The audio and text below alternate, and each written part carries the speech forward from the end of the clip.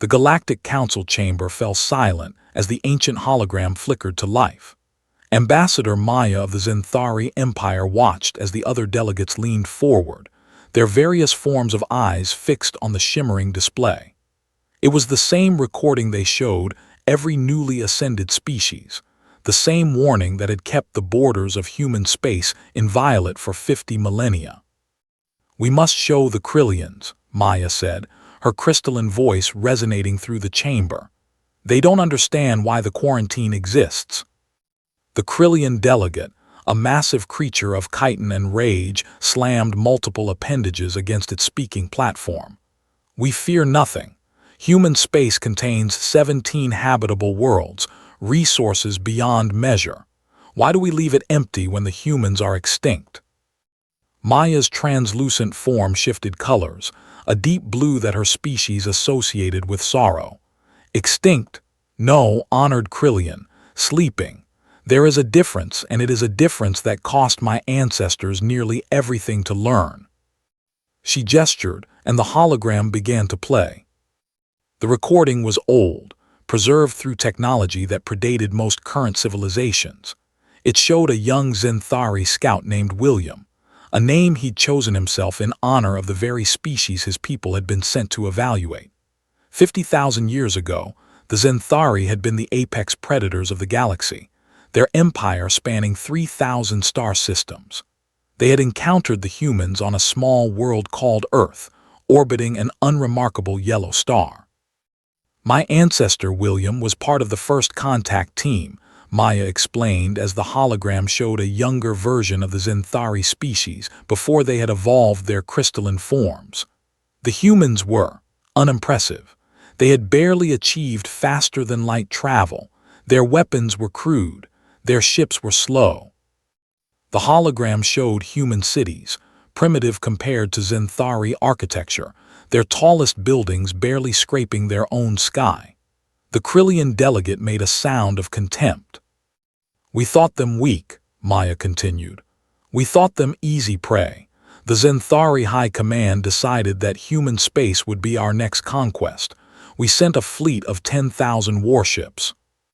The hologram shifted, showing the massive Zenthari armada approaching Earth's solar system. Ships that could crack planets, weapons that could ignite stars. Against them, the humans had assembled a defense fleet of barely 300 vessels.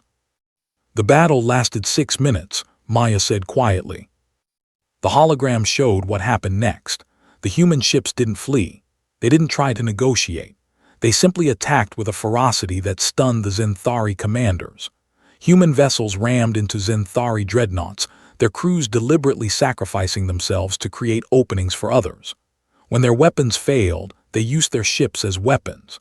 When their ships were destroyed, the survivors in escape pods fired personal weapons at vessels 1,000 times their size. "We destroyed their fleet," Maya said. "All 300 ships. We killed 3 million humans that day. We thought we had won." The Krillians shifted uncomfortably.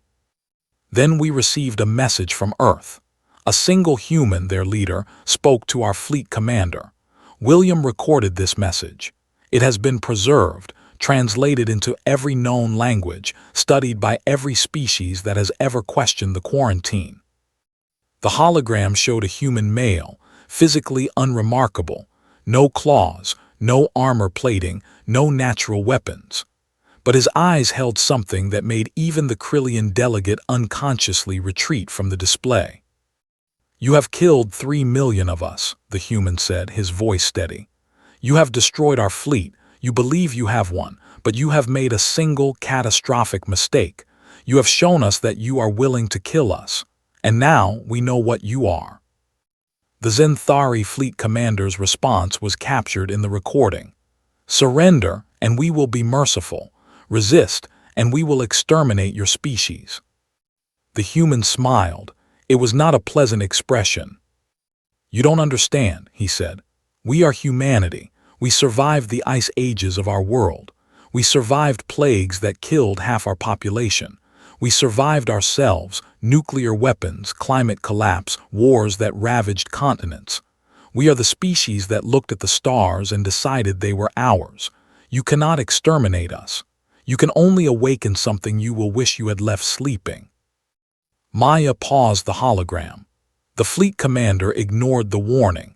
The invasion began. 50,000 Zenthari troops landed on Earth, supported by orbital bombardment. They targeted military installations first, then infrastructure. Within a week, human civilization appeared to be collapsing. She restarted the recording. It showed burning cities, refugees fleeing, military units in retreat. The Zenthari had seen it as confirmation of their superiority. Then, in the second week, everything changed. The hologram showed a Zenthari ground commander's report. His voice was shaking. "They're not retreating, they're everywhere. We control the cities, but we don't control anything else. They attack from the sewers, from the ruins, from places we've already cleared. They use weapons we've never seen, things they're building from scraps of our own technology. Yesterday, we lost an entire battalion to what appeared to be children using homemade explosives." Children. Maya's form flickered red anger but also respect. The humans didn't fight like any species we'd encountered. They didn't have a central command we could destroy, a single point of failure. Every human became a soldier. Every city block became a fortress. They learned our tactics, adapted to our weapons, and turned our own technology against us. The hologram showed a human resistance fighter, a young woman barely out of adolescence, standing over the wreckage of a Zenthari battle mech she'd somehow disabled. She looked directly at the recording drone and spoke. "Tell your empire this, we will never surrender. Kill us all if you can, but know that every human you kill will take 10 of you with them. And we will learn, we will adapt, and we will remember." The war lasted 3 years, Maya said. The Zenthari committed more and more forces. 100,000 troops became 1,000,000. 1,000,000 became 10 million. We controlled Earth's orbit, its atmosphere, its surface. But we couldn't break them. Every victory was Pyrrhic. Every advance cost us more than we could afford. The hologram showed the breaking point. A group of human scientists had somehow infiltrated a Zenthari command ship in orbit. They'd stolen the navigation data for the entire Zenthari empire and uploaded a virus into the fleet's communication network. Then, they detonated a nuclear device they'd built from scavenged materials. "My ancestor William was on that ship," Maya said softly. "He survived. He saw what the humans did with their last moments. They didn't try to escape. They made sure the virus spread and the data was transmitted to Earth before they died. They sacrificed themselves to give their species a chance." The Krillian delegate spoke, its voice subdued. "What happened then?"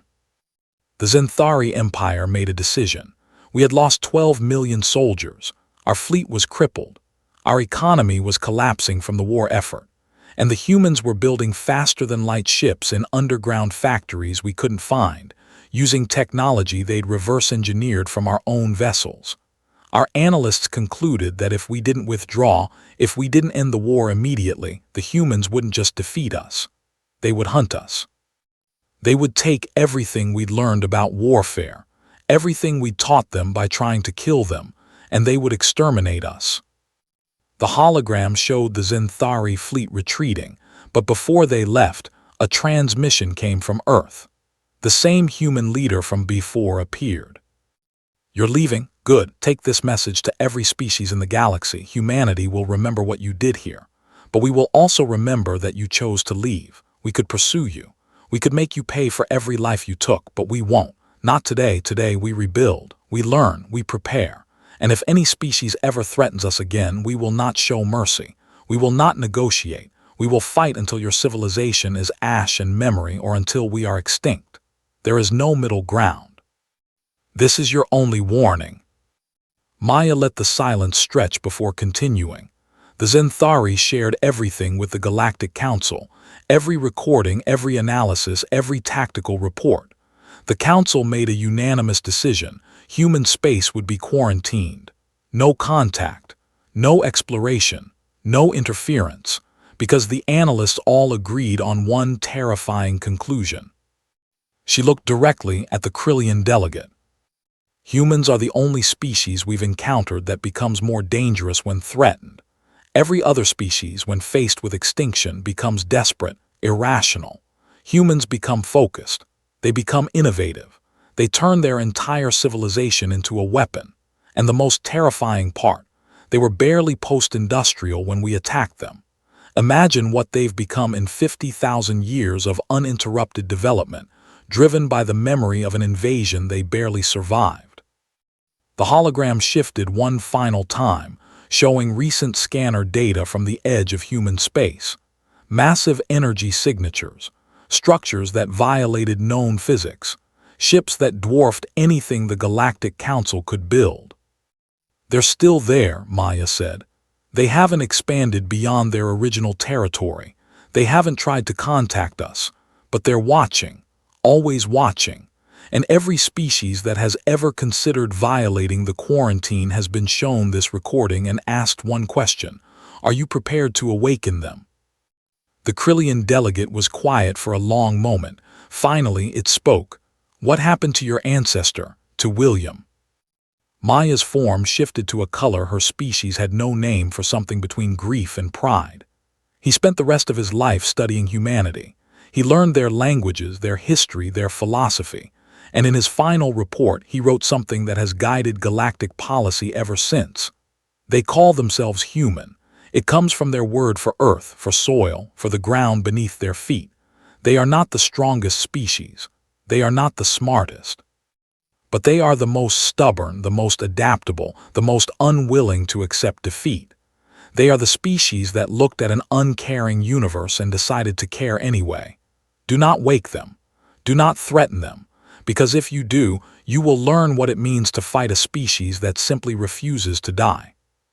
The hologram faded. The Krillian delegate lowered all its appendages in a gesture of submission. We will not violate the quarantine, it said quietly.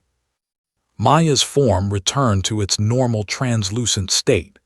Good, because 50,000 years is a long time for a species like humanity to prepare, and I think we all prefer not knowing what they've prepared for. The council chamber emptied in silence, each delegate returning to their empire with renewed respect for the ancient warning. And in the darkness of space, at the edge of human space, sensors detected the brief activation of a monitoring station before it went dark again. Watching, always watching, still remembering,